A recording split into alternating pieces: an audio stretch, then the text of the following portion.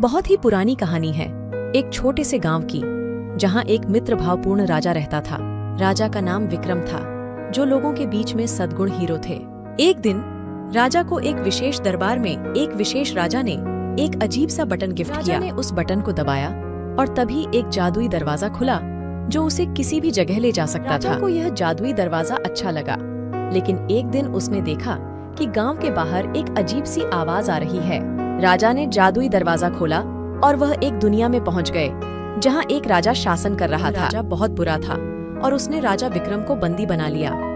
राजा विक्रम को बुरा लगा, लेकिन उसने हार नहीं मानी और सोचा कि वह इस राजा को सुधार सकता है। एक दिन राजा विक्रम को देखकर राजा ने कहा, तुम मेरे सेवक बन सकते हो अगर तुम मेरी कुछ टेस्ट पास राजा करो। विक्रम ने स्वीकार किया और राजा ने उससे कहा, तुम्हें एक चुनौती देता हूँ।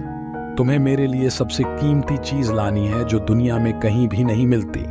राजा विक्रम ने तय किया कि वह चुनौती स्वीकार करेगा और उसने वही जादुई दरवाजा खोला। दरवाजे के दूसरे ओर एक सुंदर बाग में पहुंचा, जहां एक हिरण बैठा हुआ था। राजा ने कहा, तुम्हें उस हिरण को मेरे सामने लाना राजा है। विक्रम ने सोचा, यह तो बहुत आसान है, लेकिन जब उसने हिरण को पकड़ने का प्रयास किया तो हिरण बहुत तेज दौड़ गया। विक्रम ने हिरण को ढूंढने में कई दिन बिताए, लेकिन हिरण हमेशा एक कदम आगे रहता था। फिर एक दिन राजा विक्रम थक कर बैठ गया और सोचा कि वह इस चुनौती का कैसे सामना कर सकता है। यह समझा कि वह अगर हिरण को समझा सकता है तो उसे बहुत आसानी से पकड़ सकेगा। राजा विक्रम ने अपनी शांति को बनाए रखने के लिए उस हिरण को पकड़ लिया, लेकिन उसके बाद